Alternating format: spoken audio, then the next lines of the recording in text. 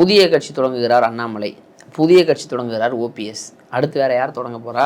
ஓபிஎஸை பொறுத்த வரைக்கும் எடப்பாடி சேர்த்த மாட்டார்.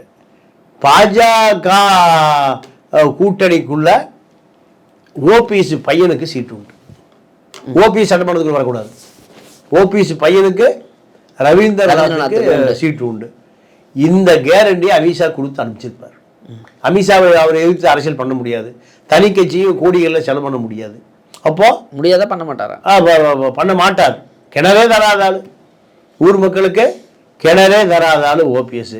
அப்போ அமித்ஷாவை பார்ப்பதே ஒரு பூஸ்ட் தான். அமித்ஷாவை பார்த்து வந்தேங்க, அமித்ஷா மோடியை பார்த்துட்டு வந்தேன். இதே நிலைமை தான் அவரு. அதே போல இப்போ அண்ணாமலை பயன் என்னன்னா, அண்ணாமலை அங்கு டோஸ் விட்டதாகவும் சொல்றாங்க. அதுதான் உண்மை. டோஸ் தானா? டோஸ். எதுக்காக அண்ணாமலை இப்போ பாஜக நடத்துகிற எந்த கூட்டத்திலையும் கலந்துக்கிறது இல்லை.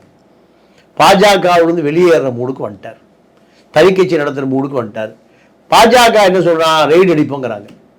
ரஜினிகிட்ட போய் காம்ப்ரமைஸ் பண்ண சொல்றாரு. கர்நாடகா மடத்தில் போய் கொஞ்சம் டெல்லிக்கு பேசுங்கிறார். டெல்லி இவருக்கு பதவி கொடுப்பதற்கு தயாராக இல்லை. இவரை அரவணைத்துக் கொள்வதற்கு தயாரில்லை. அவ்வளோ கோபமாக இருக்கு. அமித்ஷா இன்னும் கோபமாக இருக்கார்.